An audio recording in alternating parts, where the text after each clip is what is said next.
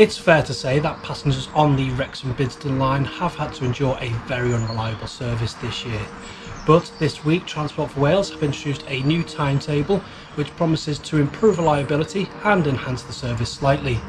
But before we understand how the new timetable will improve reliability, it's first important to understand how we got here in the first place.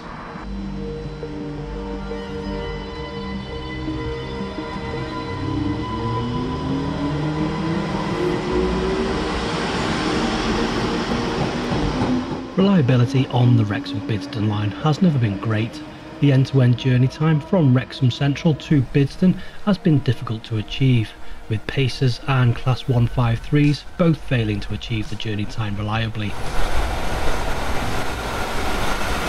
The only units that seem to be able to achieve the sub 60-minute journey are Class 150s, which have operated on the line for around 20 years. But even so, despite the line only being approximately 30 miles long, it is a challenging route, and the pair of 150s that usually operate on the route could only just about provide the hourly service.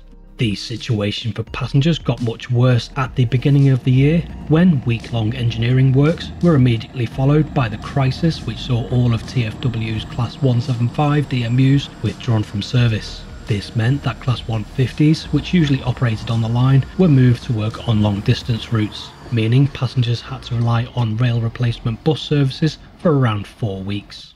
In order to restore the service, Transport for Wales attempted to introduce the Class 230s on the route, which were supposed to enter service in 2019. But due to technical challenges, a protracted testing program, and Vivarail, the manufacturer, entering into administration, the first unit did not enter service until April this year.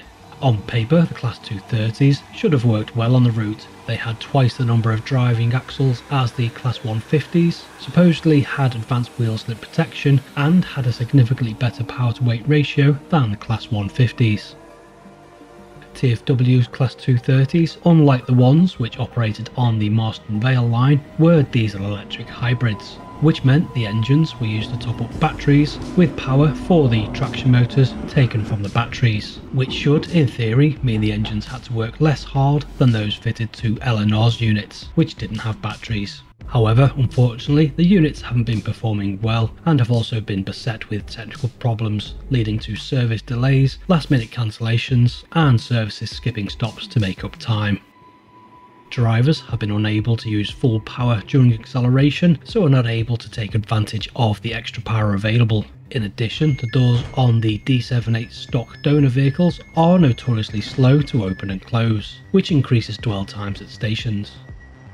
And to make matters worse, short platforms means drivers only have a narrow window in which to bring the trains to a stop, which combined with the unusual braking characteristics caused by the regenerative braking means stopping has to be done more cautiously. All of this means that the units have not been able to achieve a sub 60-minute end-to-end journey time, which has affected reliability, leading to last-minute cancellations. Now though, it seems that TfW finally has a plan in place to improve reliability whilst also enhancing the service. Now, it may be counterintuitive to think that increasing the frequency from hourly to 45 minutes would improve reliability, but what that's allowed TfW to do is actually increase the end-to-end journey time from Wrexham Central to Bidston from around 58 minutes previously to 66 minutes, which gives a little bit more wiggle room in the timetable and should hopefully be easily achievable by the Class 230s and the Class 197s.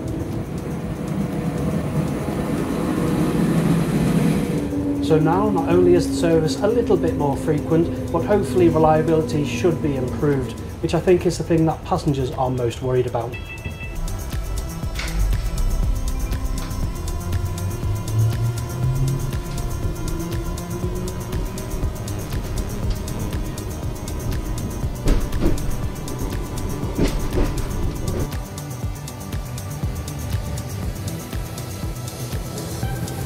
To begin with, Transport for Wales will operate 2 Class 197 DMUs alongside 1 Class 230 until the reliability and availability of the Class 230s improves. To improve reliability, TfW will be modifying the batteries, which had a tendency to overheat during the summer, fit new air filters which clogged with pollen, and new radiators to improve engine cooling.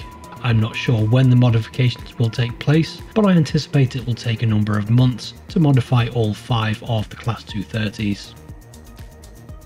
I think this is actually the first time that I've ridden on the Wrexham-Bidston line since the Class 230s were introduced. I think that was back in April, and it's just been nice to be able to jump on and off the train and ride up and down the line and not have to worry that there's going to be any large 2-hour gaps in the service due to cancellations.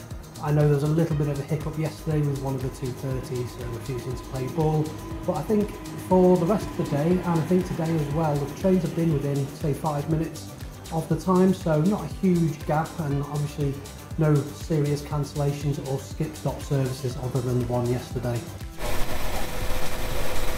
Some people have questioned why Transport for Wales doesn't just dispense with the Class 230s and order more Class 197s.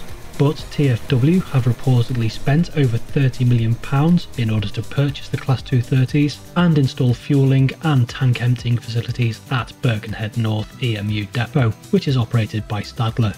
In addition, it's not clear if the Class 197s would be able to reliably achieve the sub 60-minute frequency required for the hourly or proposed half-hourly service. Although the units are brand new and are much more powerful than Class 150s, they are mainline trains, geared to travel at 100 miles per hour, so not really suited to the Wrexham-Bidston line, which has a number of stations spaced closely together, with a permissible line speed of only around 50 miles per hour. Now, although the service has been enhanced, the half-hourly service that was supposed to be introduced from December 2021 will now just be a medium to long-term aspiration. As discussed, it just doesn't seem that any of the units, even the 197s, can achieve that sub 60-minute journey time that's required for a half-hourly service to be introduced. So that may have to wait until something like a battery-powered Class 777 can be introduced on the line. I will be releasing a video about how the battery 777s can extend the Merseyrail network beyond the third rail line, so be sure to subscribe to the channel, hit that notification bell so you don't miss that video. Hopefully the new timetable will improve reliability and mean passengers can once again rely on the line to get to work, school and college. This is important as introducing the Class 777s on the route will require a large investment, so it's crucial that passenger figures on the line improve in order to provide a positive business case for that investment.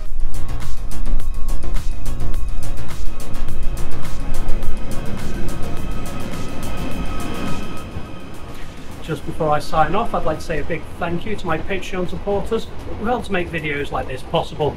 If you'd like to consider supporting the channel, there'll be links in the description below.